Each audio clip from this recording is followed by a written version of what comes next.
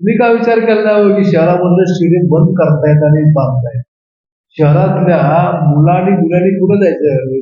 ज्येष्ठ लोकांनी कुठे फिरायला जायचं? विचार तुम्ही काय करताय? ते जनतेनंच काय करताय किंवा पाडणाऱ्याने काय केलं?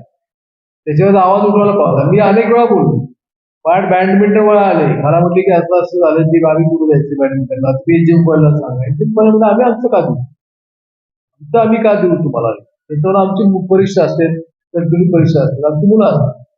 या लोकांना मी काय म्हणलं की तुम्ही त्यांना विचारा ना, ज्यांनी पाडले त्यांना विचारा की आमची पर्यव्यवस्था करा ना, किंवा कुठेही करू शकले असते ना, करायला लोक अवघड नव्हतं.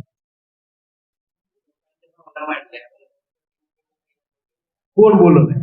बाळासाहेब पटेल बोलला एकटा, विचारा तुम्ही कोणाला. त्याच्यात मी पहिल्यापासून बोलतोय की पर्याय व्यवस्था केल्याशिवाय कोरोना एक आहे. त्याचा अर्थ असा, स्टेडियमच्या कामाला आमचा विरोध आहे असं नाही. स्टेडियम झालं पाहिजे, परंतु पर्यायी व्यवस्था ही करायला पाहिजे, ती केली गेली.